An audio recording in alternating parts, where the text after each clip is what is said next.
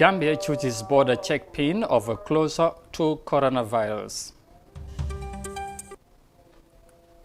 Chinese president visits 1,000 bed capacity in Wuhan. Power shortage is affecting South Africa's economic drivers. This and more coming on The World Today.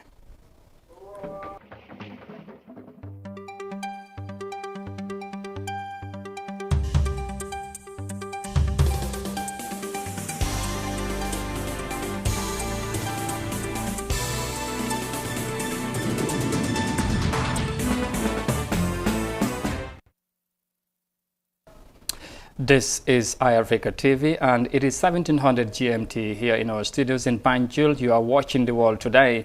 I am Amadou Kante and now the news in detail. The Gambia Teachers Union has defended the move by teachers under the Catholic Education Secretariat in their demand for payment of all deductions made from their monthly salaries. Teachers in these private schools claim foul play in the way their resources are being handled by their employers. They have since Monday taken a sit-down strike as a means to avenge their frustrations. Let's have more details of that in this report by Aissatou Tamba. The Gambia Teachers Union on Monday held a press conference calling on the government, particularly the Catholic Education Secretarial Corporation Credit Union, to do all it takes to refund teachers all deduction made from their legal earning salaries. About 700 Catholic teachers under the Catholic Educational Secretarial Corporation Credit Union are undergoing a sit-down strike effect from Monday 9th March 2020 due to the continuous deduction from their salaries since September 2019. Deputy General Secretary of the Gambia Teachers Union, Esa Sow, said close to $8 million have been deducted from teachers at the Catholic Secretariat. According to him, follow-ups were done by the union and the affected teachers, but there was no assurance of how soon the money will be paid. The teachers are left with no option but to resort to industrial action with effect from today. That is to say, government and the Catholic Education Secretariat in particular must, and I emphasize, must ensure that all monies deducted from these teachers amounting to $7 million plus must be paid, failure of which the teachers will reconsider their engagement in the classroom. He further stated that they have come to understand that even if the money will be paid, it will be less than half of the amount owing. Mr. Sow wishes to know the whereabouts of the remaining missing money.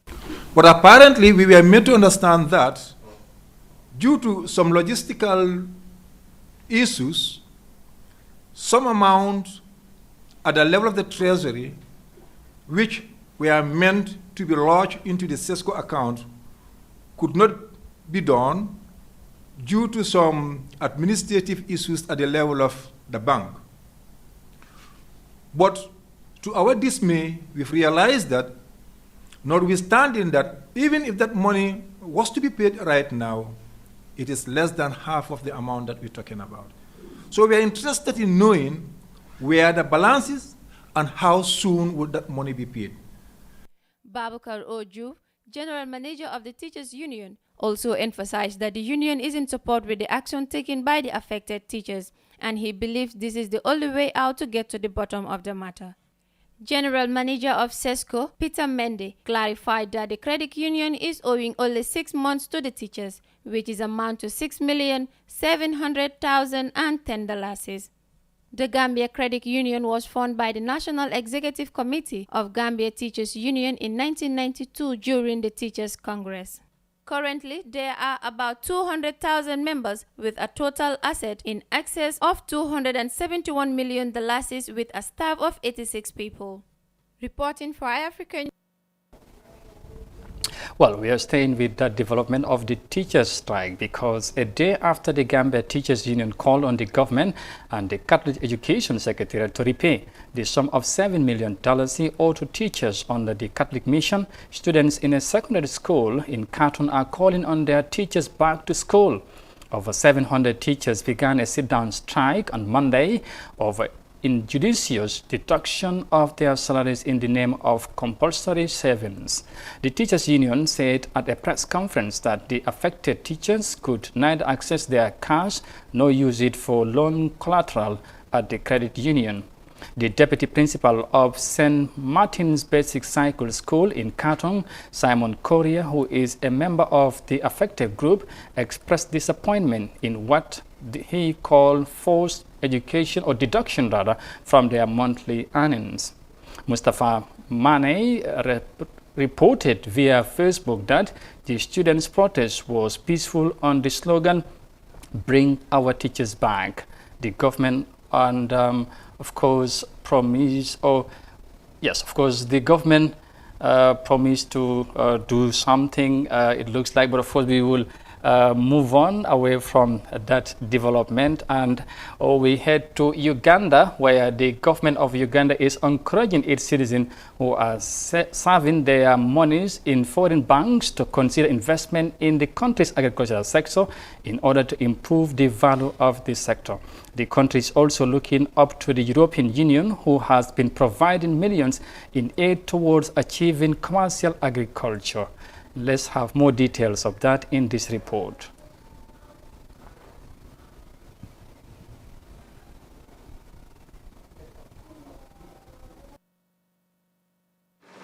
Uganda is seeking investments in commercial agriculture, energy, tourism, finance and information communication technology. But exploiting these investments requires huge amounts of money, so Uganda is looking to the EU. So we need players, we need partners, we need collaboration, we need what we call FDI, foreign direct investment. People who have saved their money somewhere else, we need to convince them to bring it to our country so that we can use it to exploit and improve and add value to these resources. Uganda enjoys preferential market access to the EU market. This means the country's exports are not charged import duty, nor are they subjected to restrictions or quotas. The arrangement has been in place since the early 1970s. I'm really delighted that Uganda and European Union are seeing eye to eye here. They are completely aligned, especially the private sector. The government has provided an enabling environment for so long, and we had not taken full advantage of it. Now we are rising to the opportunity. Uganda's exports to the European Union largely consist of fruits, flowers and vegetables. In 2019, they were worth $497 million, up from $460 million in 2016. The European Union gives Uganda millions of dollars in donations every year in areas of infrastructure, rural development and agriculture. But Uganda says aid from Europe is not creating any impact and is seeking a new model of cooperation. The European Union has welcomed this idea, which they believe will strengthen the Uganda-EU economic alliance.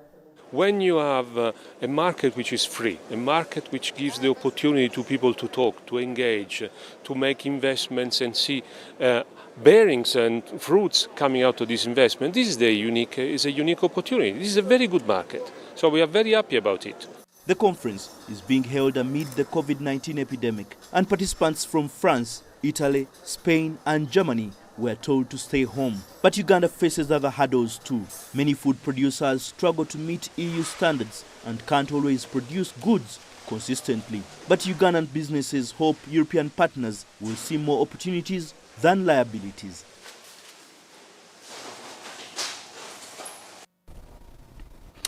From that report there in the Uganda, next we head to Nigeria, where a young Nigerian startup has invented a new technology lab in the suburb of Lagos to create easy access and innovative content of learning. The virtual reality technology creates supplementary resources to the regular teaching and learning process. Let's have more of that in this report. IMISI 3D is an extended reality creation lab based in a suburb of Lagos, locally regarded as the city's Silicon Valley. Founded by Judith Okonkwo in 2016, the tech startup broadens access to the XR technology by growing a community of content creators and educating people about it through a touch and feel approach. IMISI 3D solution is particularly focused on working in specific important sectors such as education. The whole idea is to provide innovative education content through virtual reality, which will improve experiential learning for students with limited access to study aids. If you go to a local public school, you'll easily have 80, 90 children in one classroom. They might not have laboratories, for example, for the sciences. It certainly means that they will not be able to afford going to field trips, in different parts of the country or the world. However, with a technology like virtual reality, you can set up a VR lab in the school. So you can have students do experiments in a virtual lab. You can have them do things like explore the pyramids of Egypt, or see the Eiffel Tower, all in VR. With a computer, VAR headset, and camera, the VR experience creates a supplement to classroom teaching. The tech company has been working closely with a local secondary school in Lagos to get schools and students embrace the technology. They can explore the solar system, so it's not just this abstract concept they're hearing about, but they can actually see the planets and manipulate them. They can be in the human body and move the human heart, things like that. Already, the tech startup has been able to create custom content for the Nigerian junior secondary school curriculum in 3 subjects, courtesy of support from the UNICEF Innovation Fund. Over the past year, Okonkwo and her team have been able to record tremendous successes with the technologies, particularly in the area of storytelling. In the Forbes list of the best XR experiences of 2019, there were 2 Nigerian VR film projects, one of which was produced here. So we're seeing significant wins with the little that we've been able to do. I think we expect to see a lot more. If we get the uptake that we should have, if we have the right content, it will literally change education as we know it. In most cases, the company has to provide required facilities for students by themselves, and this is one area that Okonkwo wants policy drivers to pay attention to. One thing that has been obvious for the last few years is that, the XR technologies are severely under-resourced in Africa. In setting up a space that we would use as a lab, we had to provide alternate power supply. We certainly had to make sure that there were places where we could have access to things like the internet for the headsets to update them when we needed to. And for us, that typically means bringing them back to the lab here to get that done. The XR technology holds a lot of potential for education in Nigeria. For this reason, MEC 3D also invests in building local content creators through scholarship offers and support for enthusiasts who are looking to start a career in augmented and virtual reality or other emerging technologies. But it will need a lot of push to make VR a common reality in every classroom in the country. From that interesting report there in Nigeria, next we head to China, of course, where the Chinese President Xi Jinping on Tuesday has visited the coronavirus hospital in Wuhan, the epicenter of the COVID-19 outbreak. Xi, also General Secretary of the Communist Party of China and the Chairman of the Central Military Commission, learned about the hospital's operations in treatment of patients and protection for medical workers. He also visited patients who have been treated there and sent regards to medical workers who have been fighting the epidemic on the front line day and night. The hospital, built in 1,000 beds from scratch within 10 days, treated special COVID-19 patients. And from that development in China, we will now take a break and come back shortly with the remaining of the story. Stay with us. We'll be right back.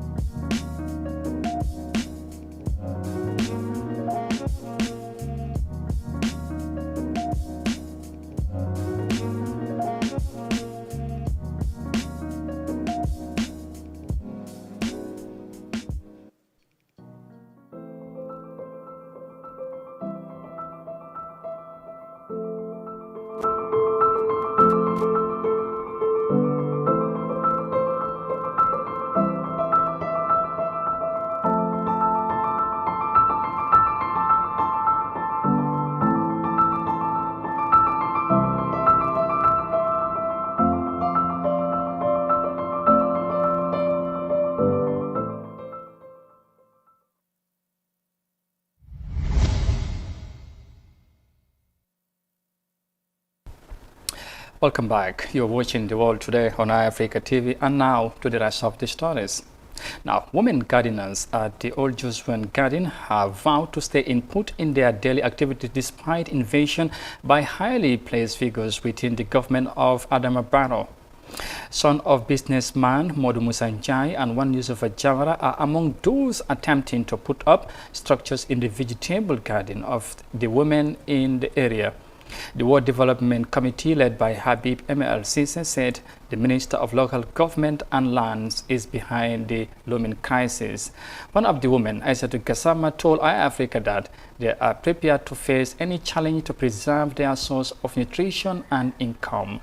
Let's listen to her in this insight. Man kayti jabul man kayti tanintol ako man sale jandiatel bar minister le jandiatel bar minister fangala kila man na jang ntol lamol wala le kana no ma jang namol tata minister yalla bar man minister la kila ji andon sulan tol fana mbem fayitande la duniya mo bela mol sinje mbem fayitande la duniya mo bela mo be benjelale ning pareta ningunu nata no ma jang ning ale mellangini wala be kala ntol fana mambankuto menketa faraba mba parere nga kam majan man sasi wo kala muta nata atele ya dila asa kala muta wonya sembete ntol lade bare mfana na doko jangolu anin na podongolu kidi tambulde bare na doko jangolu anin na podongolu wol ben bulo ko anin na dabal mbukata adula ton katinya janna fotilo e boy ibuka do kuno.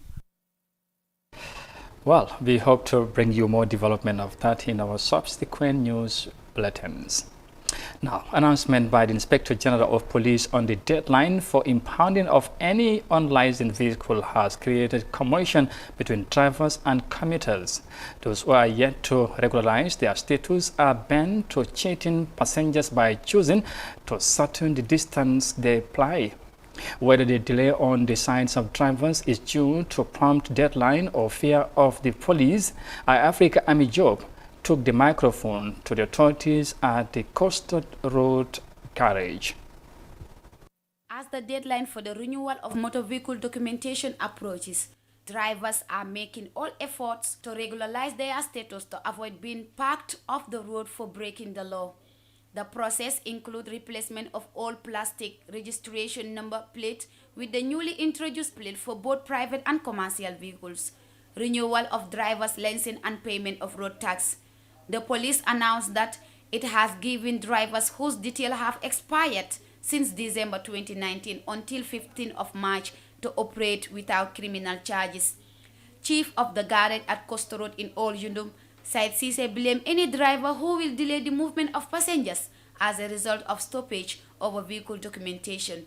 He argued that 3 months should be enough time for the process involved in the renewal of documents such as the insurance policy. Mr. Sise explained that it is, however, the duty of vehicle owners to pay for the cost of documentation, even though drivers are hired for their job, noting that 95% of commercial vehicles at his garage are owned by third party. dañ fi de jànkuwante coono bu méttee mooy ndox te su boobaa fii lañ de bëgg ñu génne léegi trafic bi da ngaa jënd fële taxi yi dañ fay taxaw soo sarse pour nga génn problème la lii yëpp ndox lay nekk nañ ñu dimbale suñu garage bi ba pare union bi amuñ union bëgg a kaas dara yow police soo bëgg a kaas dara doo xam benn dëgg because police fa laay jël rek sa oto bi na la taxawal nga taxaw léegi soo taxee ba pare mu ne la an sa drive lañ si nga yëkkati drive lañ si jox ko du la wax ban problème moom la téye paagal fële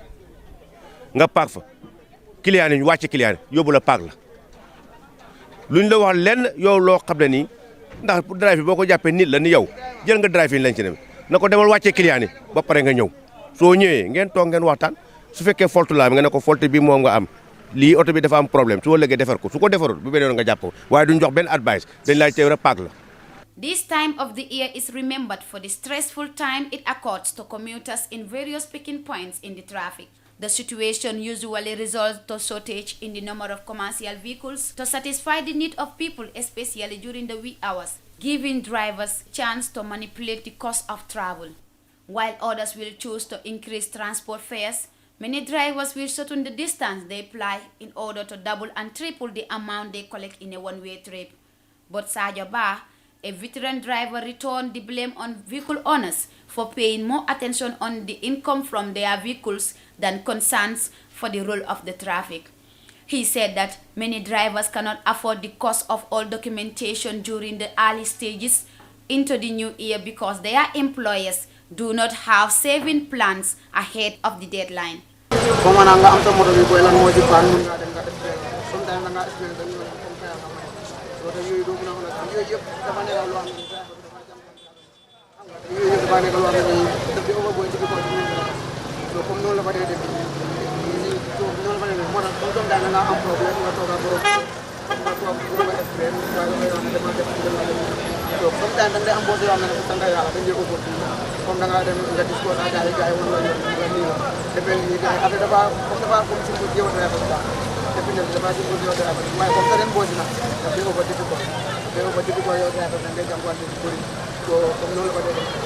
In a public notice, the Inspector General of Police said his office will commence an exercise to check on all vehicles that have not got their license renewed for the year 2020.